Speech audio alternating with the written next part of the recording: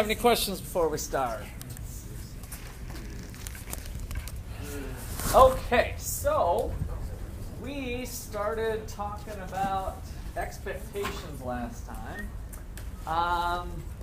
And so we're going to come back to that and apply it to our model of aggregate demand and aggregate supply. But before we do that, I want to cover a couple topics from this chapter 12 of ways that inflation. So the focus of the chapter is on inflation.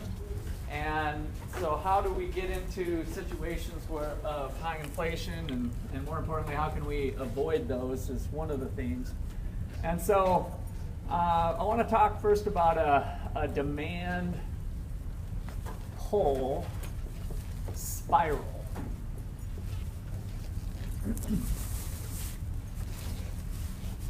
And so this is, the spiral part is the thing that's a little bit different. So this is a situation where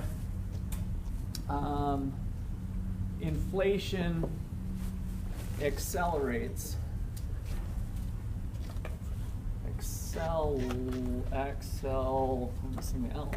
Accelerates due to policy.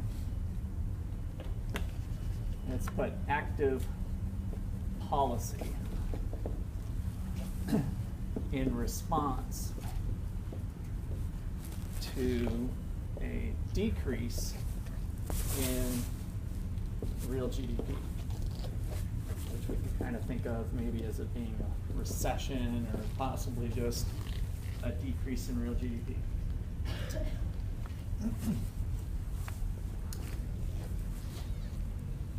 So let's kick off with our home base here. And I want you to hold off for a second, get these basics down first. Don't draw the long run aggregate supply yet.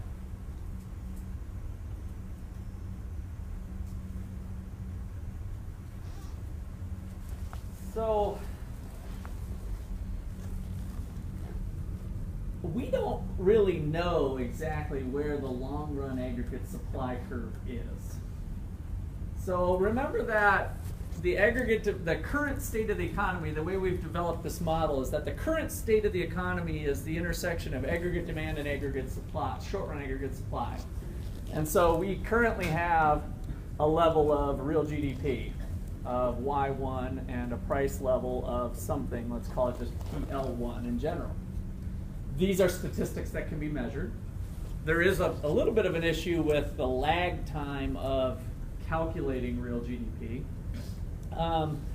But my first point I want to make is that policymakers don't really necessarily know exactly where that long-run aggregate supply is.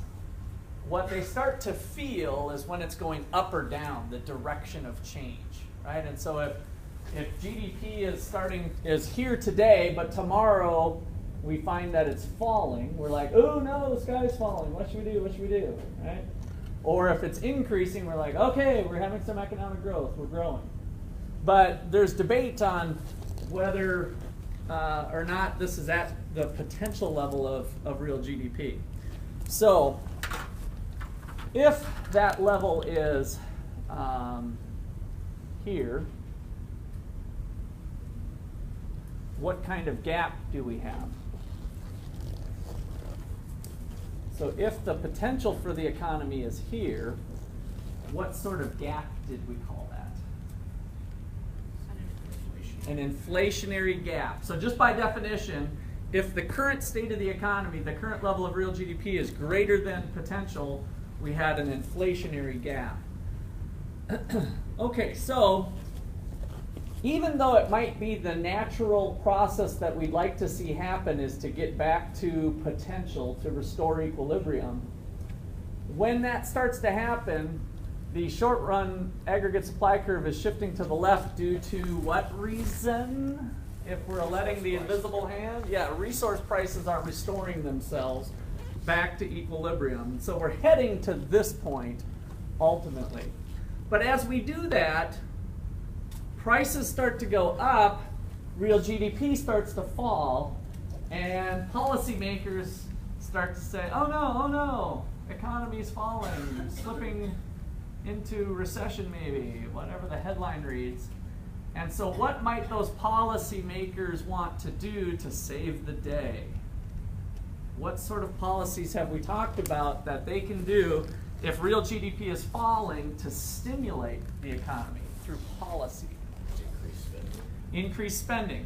So increased government spending was a fiscal policy that would tend to move the aggregate demand curve out to the right, right? Good, what else have we talked about? Increased government spending is one thing.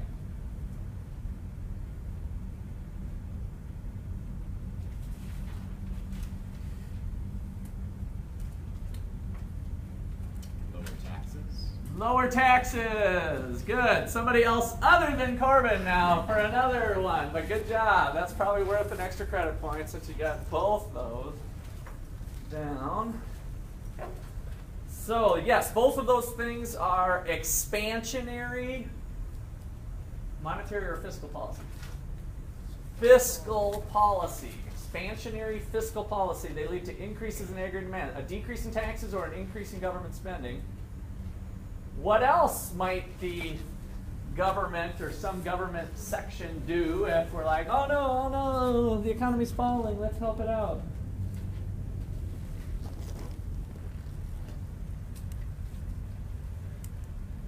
I'll give you a hint. It starts with an M. Give me an M. No. Give me a 2. Print money. Print money, yes. Now, print money might be a little too strong of a word, but we talked about expansionary monetary policy. So, printing money would be kind of the loose way of doing it, but that's, in sometimes, is what they're more or less doing. So, what are the 3 tools that increase the money supply? 3 tools of the Fed. So, 3 tools of the Fed. 3 tools of the Fed. Flip. It's somewhere in your notes. What is it? Required reserve ratio. Increase it or decrease it?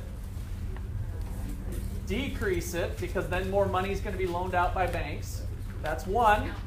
The discount rate is the rate that the Fed charges member banks for loans. They could lower the discount rate. And then one more. Open market operations. Are we going to do an open market purchase or an open market sale? Purchase. So I'm the Fed and I own lots of money because I can run the printing press if I need to. I go out to the private sector and buy a bond. I'm going to take Corbin's paper here as an illustration. Remember me being the Fed. I just took a bond out of circulation and I paid him with this really nice frick of money there. All right, so there was an increase in the money supply. All right. So any of those actions are expansionary monetary policy, shifting the aggregate demand curve to the right. So here's how history has shook out a few times. So here we are. Let's just call this now point A. I know sometimes we call this point A, but let's say we're currently, this is the situation. Short run aggregate supply curve starts to shift to the left, and we start going this direction, heading towards here. Maybe I'll even put one in here. I kind of purposely left it a little off there. Wouldn't have to be, but. Oh no, the sky's falling. I know, I'll rescue the day and stimulate the economy. So then we stimulate and we recover a little bit, hopefully. And then that invisible hand kicks in and prices are starting to, resource prices are starting to rise. And, oh no, the sky's falling. Help me, save me. I'll save the day with an increase in government spending. Boom. 1, 2, 3. You see this kind of reactionary policy that we have? Each time the sky is falling, we jump back in there. And so some economies, including the United States, have seen this demand pull spiral.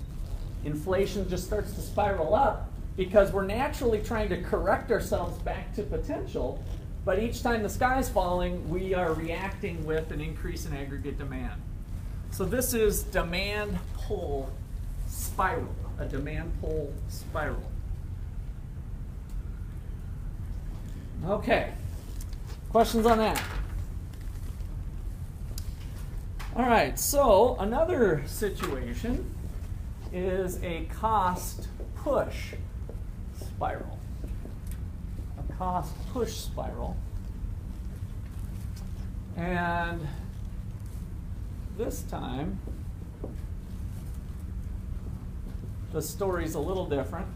In fact, if you want, you can go ahead and just draw in a long run equilibrium this time.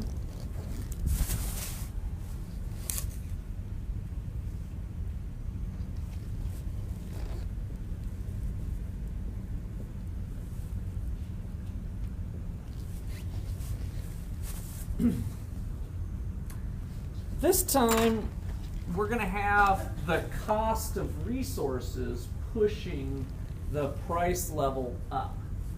So, oil prices of the 1970s is kind of the classic story that we roll with this one.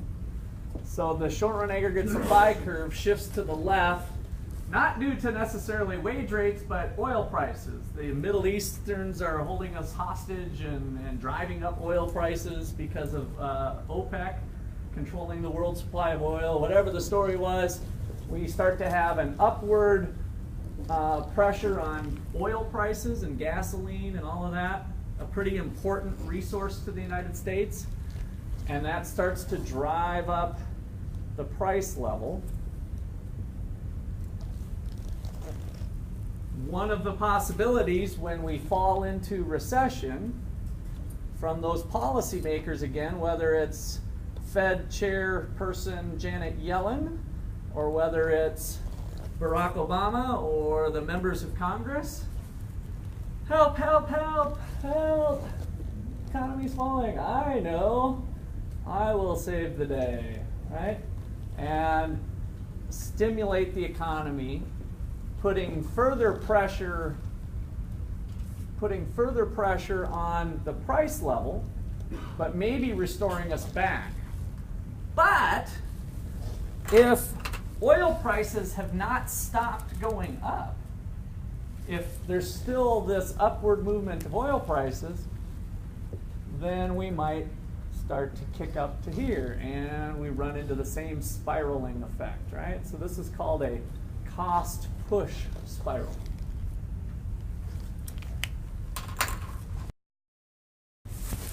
So the key point with the cost push spiral is that it's the initiator is an increase in resource prices. So an increase in resource prices, for example, the oil prices,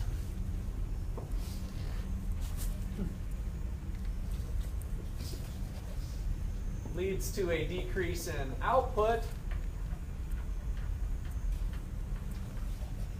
and the government comes to the rescue with an increase in aggregate demand.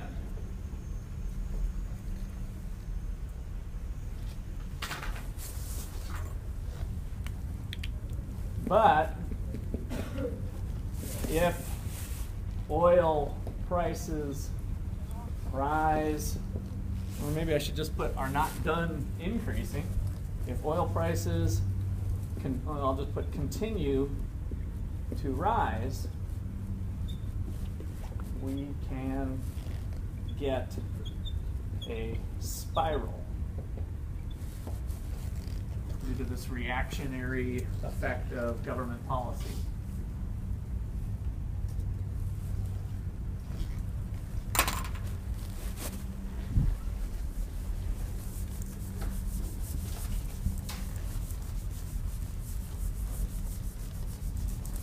Okay, so let me summarize the reaction part here.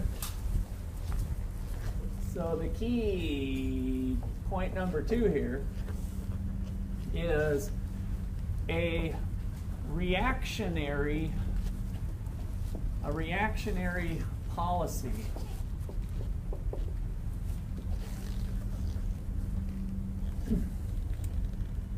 also called a feedback policy, can cause spirals.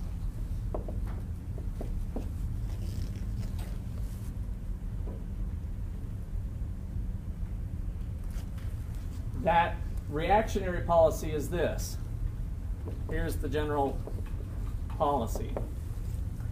If there's a decrease in output, then increase aggregate demand using an expansionary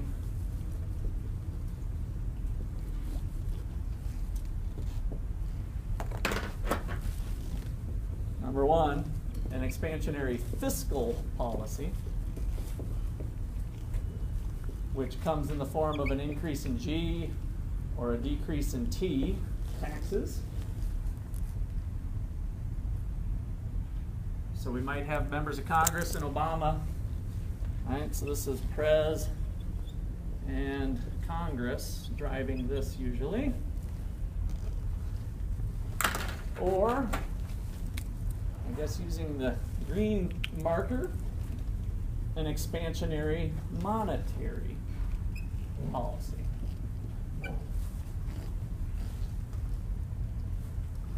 Which is an increase in the money supply.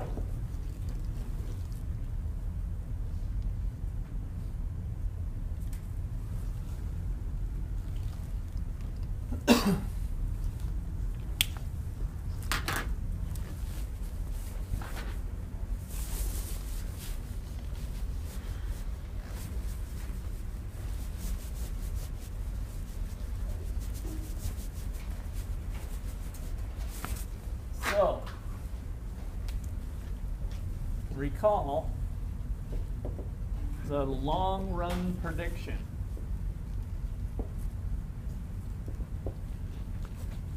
of fiscal and monetary stimulus.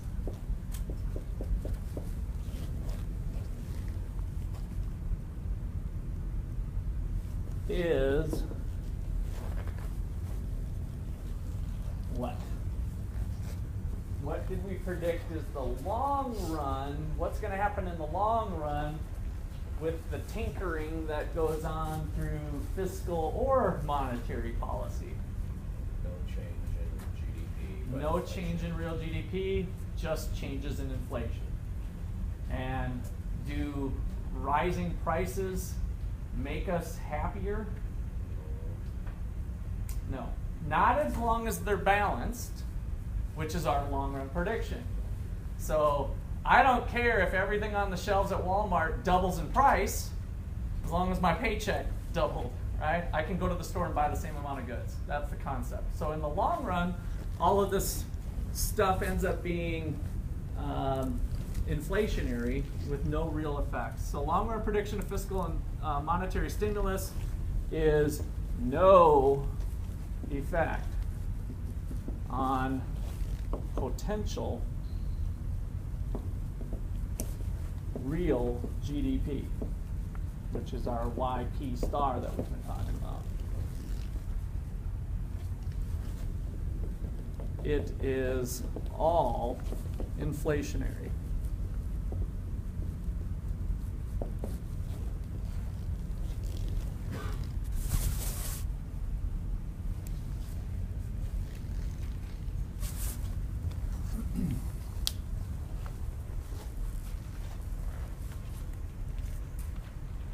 And some of it can be potentially harmful. One example was this cash for clunkers. Does anybody remember? I brought it up in class a couple times, but we haven't really talked about it. We're going to get into the policy stuff in chapter 13. Do you remember the gist of cash for clunkers? It doesn't matter what shape it's in. We give you money for a old car that. Okay. So we're going to give you money for a beat-up old car. It doesn't matter what it is, and now I'm kind of drawing a blank on what that number was. It was like $4,000 or some price. that you'll get for sure, even if the market value is $1,000, it's just a junker, will give you a $4,000 credit. We, being the United States government, will give you money for the car. And then part of the deal was the car dealerships took that car, and you might not remember this. What did they have to do with it? They didn't do what they normally do. What do they normally do when you go trade in a car for a newer car? They resell it. They had to destroy it. So even if the car was productive and it drove normal or whatever, They had to destroy the it. policy was the car had to be destroyed. So in terms of thinking about our resource base and our bucket of resources, are we increasing resources in the society, or are we decreasing resources in society? We're destroying things. I mean, so not only did we give away money to take it off the road, but then we actually took the thing off the road. So in that case, we might have led to destroying resources rather than increasing them. Okay, so sometimes it could even head the other direction, which is even worse. Now we had a real effect. We had a real effect, but it was the wrong type of real effect. It potentially moved it this way rather than that way, which is what we'd like to see. Okay, so now we need to bring in our expectations into the model. So again, in the story that we told last time with the Phillips curve was that maybe there was a potential trade-off of inflation and unemployment. And that turned out to not be true. In the long run anyway, the Phillips curve seemed to have shifted. And some economists went back to the drawing board to try to figure out why, or to come up with an explanation. And so what we're going to look at now is called rational expectations theory.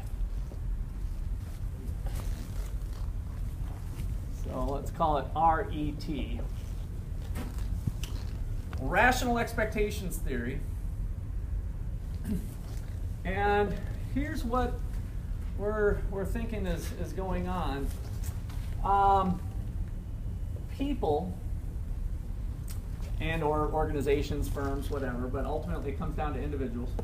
People are able to form expectations that are rational about future events.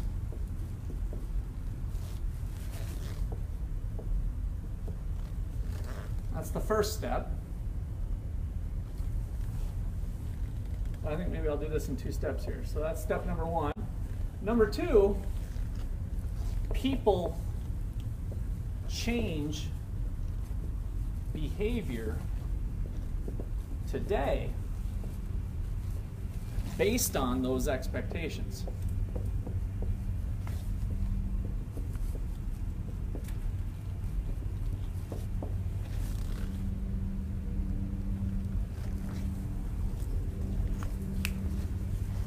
Now you might be stepping back and looking at that and saying, well, duh. I mean, that's the way life works. It took an economist to get a Nobel Prize to figure that one out, right? I mean, you guys do this all the time, right? If you listen to the what's going to go on with the weather today, and you learn that there's a 90% chance of rain on Sunday, what might you do when you leave the house? Grab an umbrella, wear a coat, you know, whatever. This is like, well, duh. So the thing that was novel about this was we're dealing with much more complex things here with the economy and what's going to happen with interest rates and inflation and all kinds of stuff. So that's kind of the thing here. And so for macro class, how this relates to macro is, do we need all these people to be monitoring interest rates and inflation and GDP? Do you think most people do that in order for this theory to work? No, no. You guys, even, I'm sorry to say, even a fraction of you will possibly leave this class and never think about this again in your life, which would be really sad. It kind of breaks my heart. And I try to make it so that just some stuff sticks in your brain. But that might just happen, right? So, how does the general public form these rational, did I put the word rational? Form expectations. How do they form a rational expectation? Where do they get their information? Last time we talked about you need to gather up information, right? Hunter? Get them from the past, okay? Some of that. Where else? Some actual sources of information. And then Economists, the news. Economists, the news, the general public, right? So we have news sources all the time. And so we hear a headline that unemployment's this and inflation's this, and you open up the Wall Street Journal. It doesn't even have to be the Wall Street Journal. You could go to the Ottawa Herald, might even have a few comments once in a while on the state of the economy, right? Well, that information, hopefully, if we were talking with real journalists and they did their homework, was coming from some economist that had a PhD from some credible place, hopefully, and they knew somewhat what they were talking about. And so we are able to gather information and change not necessarily our banking relationships, but all of our behaviors are somewhat implicitly influenced by the state of the economy, right? And we're getting that information from these news sources. And so that's the concept here, is that for macro, people gather information explicitly or implicitly,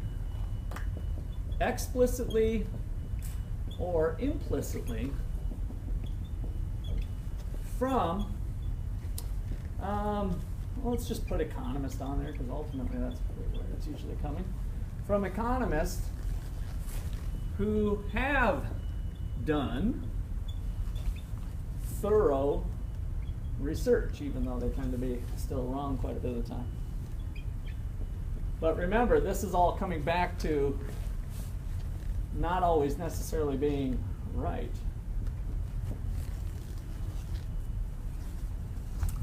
All right, so that's our concept. And let's now put that into our goods market, our aggregate demand, aggregate supply framework. So we're going to start off with a long-run equilibrium. Draw yourself a nice big graph. Don't make it too small on yourself.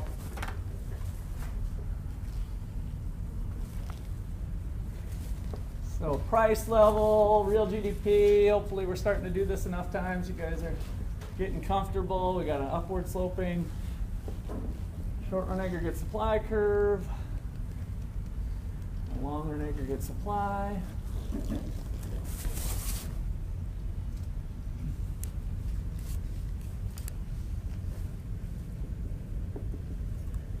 Let's just start this old price level off here at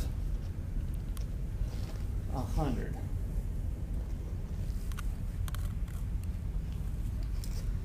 Now we're going to apply rational expectations theory. We are listening to the news. We got a general idea. The government tells us that the Federal Reserve is continuing quantitative easing for a while, and they feel like they need to keep the interest rates low. And we've also heard of President Obama announcing a couple new stimulus plans of projects or war or whatever. And we start to form an expectation that the economy will move to this point. Now, I'm going to call this the EAD, the expected aggregate demand curve.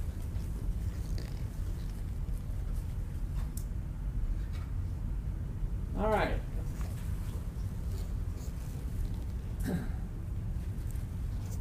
Part 2.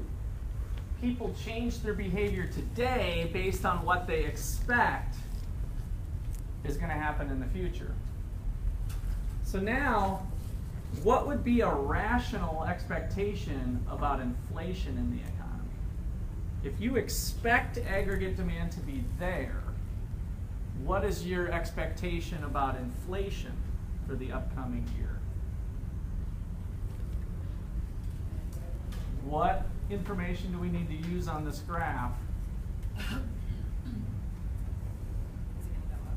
It's going to go up. Good. And we can go a little bit further. How far up? I don't have exact numbers here to do it, but tell me the mechanics of it that we've been thinking about. Where do you expect inflation to be? And not just in the short run, we're thinking the long run, right? I mean, we want to kind of start to make plans on that. Where's your expectation? The intersection of what two things here? EAD and LAS, right? So now we're forming an expectation that the new price level in the future, I'm going to put PL with a superscript E, because that's not the actual price level, that's the expected price level. So I'm expecting inflation to be 4%. The price level I believe it's going to be in the future is 104. So I'm expecting 4% inflation. Now, as you're going about your business then, and maybe it's time to be thinking about raises at work, what kind of raise might you be asking for? Around 4%. 4% sounds pretty good. You'd like more, of course, but at least 4%, you'd go back to your boss and say, well, listen, there's 4% inflation coming around. You've got to give me a 4% bump, right? I really am worth 10, but that's a whole different story. So, but I need to get a 4% bump. So this is part 2 kicking into action, is that people are going to start reacting and behaving based on their expectations, not on necessarily the actual state of the economy, not in this reactionary way that we've modeled up to this point, where GDP changes, price level changes, then I react. This happens, then this happens. This happens, then this happens. Now I'm going to go ahead and ask for that raise because I need it to keep up with purchasing power. And so if my old wage was $10, I'm going to go back and ask for a $10.40 pay to keep up with that 4% inflation.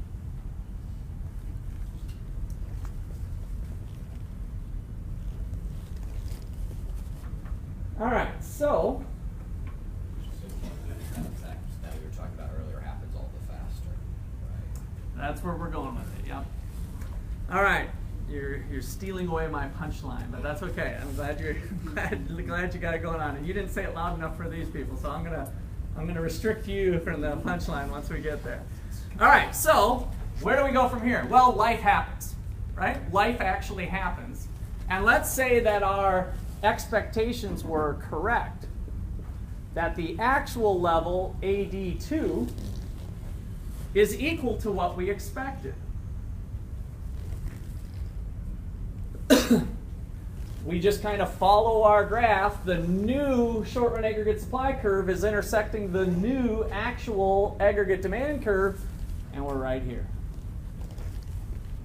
And so we don't move from A to B to C.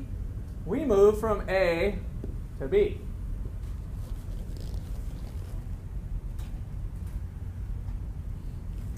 All right, so classical economists thought this was kind of interesting. So remember the story about kind of the Keynesian thing, in the long run we're all dead. One of the things is the timing lags. The prices on the shelves at Walmart go up, but that doesn't mean you're going to get a bump in pay very fast, right? It's kind of lagging behind. So output prices are changing, input prices follow behind. Is this starting to close that window? Shorten that distance or lengthen it? Shorten, right? Shortening up that distance because of the ability to form expectations and the ability to act on them. Now the distance between the short run and the long run maybe isn't so long after all. All right, we got a problem though. How much did real GDP change by? Zippo, right? So the new state of the economy ended up being absolutely no change in real GDP. Is that consistent with the data? I don't always throw up real world data, but you guys have seen it in your chapters. Does real GDP stay nice and stable, doesn't really change much? You know, if we look at real GDP, does it look like this when I've been drawing that curve? That's a nice stable change here over time? No, that's the whole point. We got the ups and downs of the economy, right? This means no ups and downs. So crumple up rational expectations theory and throw it in the garbage can? That would be one reason to, but we haven't got to how fluctuations actually occur. How do we get off of this level of real GDP? How do we get it swinging this direction or this direction? Over expectations. Over expectations or? Less expectations. So in other words, what's going on with our expectations? Were we right or wrong? We're wrong. Are we wrong sometimes with expectations? Yes. All the time. All the time, right? Even the weatherman telling us it's going to rain. So, rational expectations theory says that we get fluctuations in real GDP because of unanticipated changes to aggregate demand. And so, how we get a fluctuation is that we're wrong. We've either screwed up and underestimated. So, if the economy moves out to 83, check out our new intersection point. 83 and the new short-run aggregate supply curve moves the economy to, let's call this B3, just to be, because these are all possibilities. B2 was here when we were correct, a theoretical possibility that might be unlikely. Or we've got an overestimate. We were too aggressive, and actually AD4 ends up being the right answer, the actual level of real GDP, or of aggregate demand. And that causes us to be at B4. And now we've got our fluctuation. We've got, I'll just call this Y4, and we've got Y3. Fluctuations in the economy come from unanticipated changes in aggregate demand.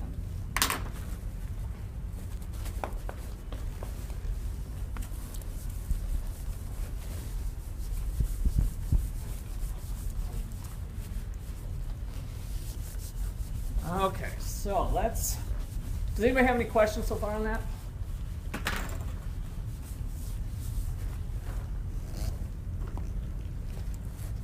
Okay, let me write out some of that. So, showing fluctuations. Showing fluctuations in output with rational expectations theory. Number one, let's just say we started off at a long-run equilibrium. Don't necessarily have to, but that's the way we started off this exercise. Number two, we form an expectation.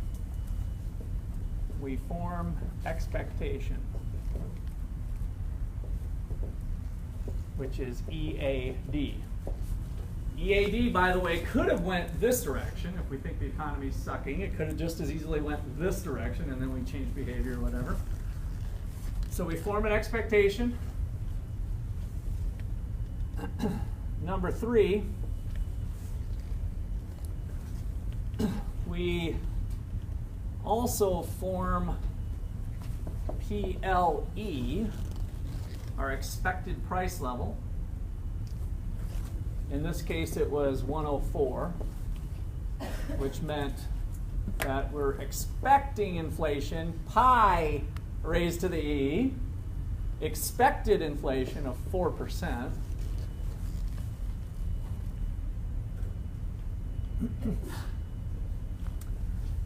Number four, we start asking for that pay raise now.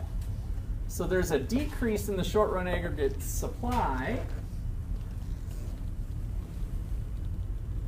due to our expected inflation rate of 4%.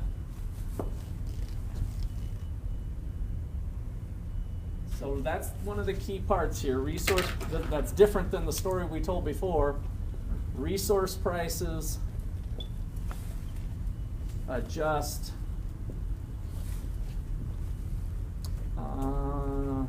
based on expectations. Crucial part to this. Yes, because we're shifting to the left, so staying with our connotation. You're right, it's kind of like shifting up, so don't let it, but I usually try to stick to left and right with the up arrow, down arrow, so that it ends up being consistent for both demand and supply shifts. Okay, so we have that change. And then number 5, we've kind of got multi-parts here. So we observe the actual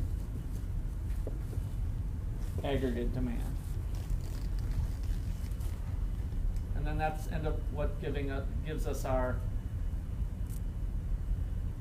fluctuations. If aggregate demand, the actual, equals our expectations, our first thing that we talked about, if our expectations are met and we're correct, so to speak, then we get B2. I'm just going to use my point B2 so that we got that on the graph. If the actual level of aggregate demand is greater than what we expected, the shift is bigger, then we end up getting point B3.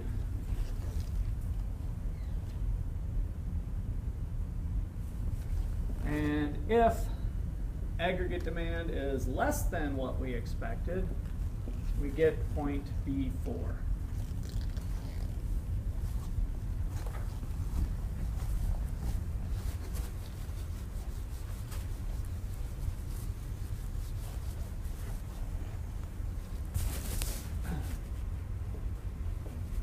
Key result is that fluctuations in the economy, fluctuations in real GDP, are due to unanticipated changes in aggregate demand. So changes in output are due to unanticipated or unexpected, if you want to think of it that way, unexpected, are due to unanticipated changes in aggregate demand.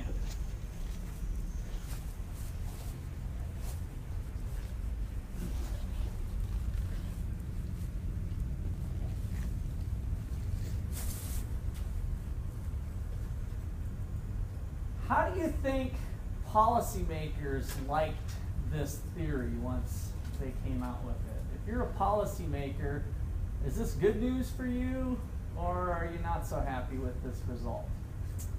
Not so happy.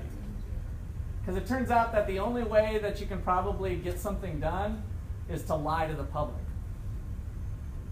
If you lie about it and you say you're going to do this level of aggregate demand, but then you actually buy this many weapons, then you get your result. But if we know what you're up to, then you get no result. And so your policy tools, your ability to pull strings on the economy, all of a sudden your toolbox got a lot less due to rational expectations. Most economists, by the way, as we found out so far, economists disagree with each other a lot, right? Mm-hmm. Most economists completely agree with this theory. This is one that even whether you're on the Keynesian side or the Hayek side or the Milton Friedman side or whatever, all economists basically agree with this concept in general. And then they still maintain their camps because they can take this and twist it a little bit. So we still might have wage contracts that are a little bit sticky, causing some stickiness. And so we're not going to dispute this theory, but we're going to still claim that there's some of the same issues that Keynes argued about, that resource prices still might be kind of sticky. But I'd say it kind of throws Keynes in the long run, we're all dead, out the window.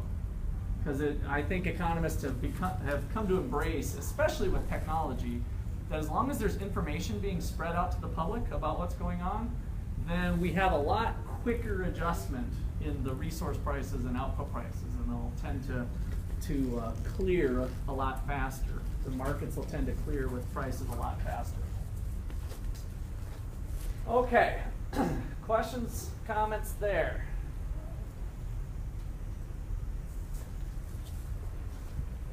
All right. So another theory that is out there is called the real business cycle theory. Oh wait, sorry, I got one other thing. This and the Phillips curve. This will be the last thing to tidy up here in the few minutes that we've got left.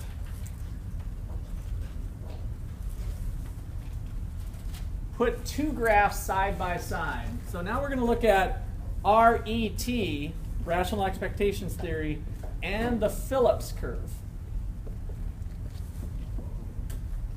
Rational expectations and the Phillips curve. To the right, long-run equilibrium for the economy.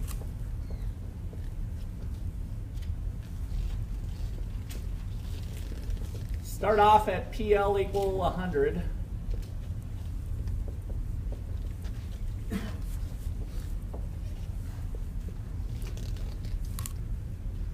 Same old thing we just did with the other one. To the right, we're going to draw the Phillips curve variables. Unemployment on the horizontal axis. Unemployment on the horizontal axis. Inflation on the vertical axis.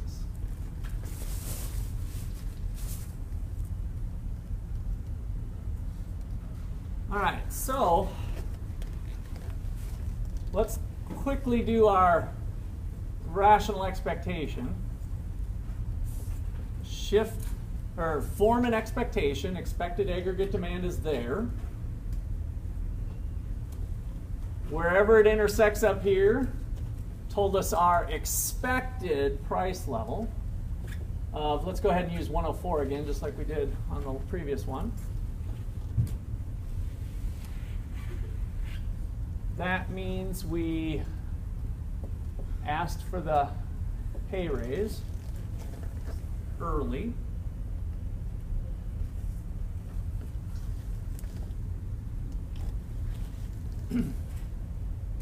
And then let's leave aggregate demand for a second. Come back over to here. Phillips thought that there was a negative relationship between inflation and unemployment, downward sloping. This turned out to be the short-run Phillips curve, because in the United States we found that we went off this curve in the 1970s and it somehow shifted. So what we believe the real setup is that in the long run there is no curve at all. That's a short-run deal. And it is anchored at the natural rate of unemployment. So this is our basic short-run curve. The thing that I didn't give you before that I'm going to give you now is this little piece. Is everybody caught up to this spot? These two intersect at the expected price or expected inflation rate, which is 4%. Uh-oh, lost the point. Now, how did we get Phillips' result? Expectations on inflation change. So, if we underestimate aggregate demand, and we actually have the real economy jumping up to 82, the economy ends up moving to Y2.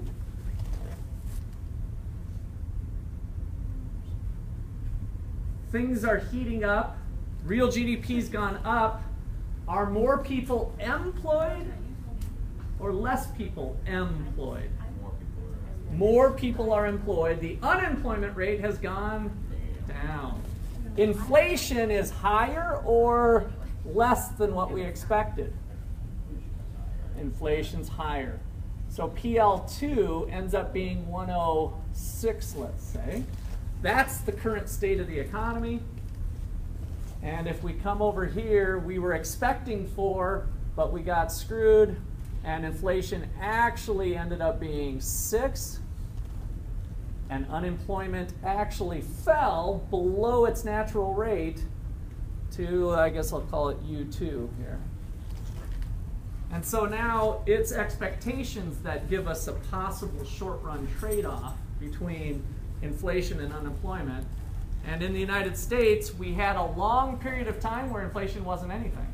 And so now that kind of fits the story of why the data points worked until we got into the oil prices in the 1970s and things got a little distorted and we started to ratchet up our expectations, which causes the short-run curve now to go up. So let me point out one more thing since it's here and you might want to draw it. Next period, if we got screwed here, we might ramp up our expectations if we think that's the case. And so that's the shifting that could go up. And I'll just put this as a dash line. So this might be the shift for tomorrow. All right. On Monday, we still have regular class, but we're going to have a special class with a video because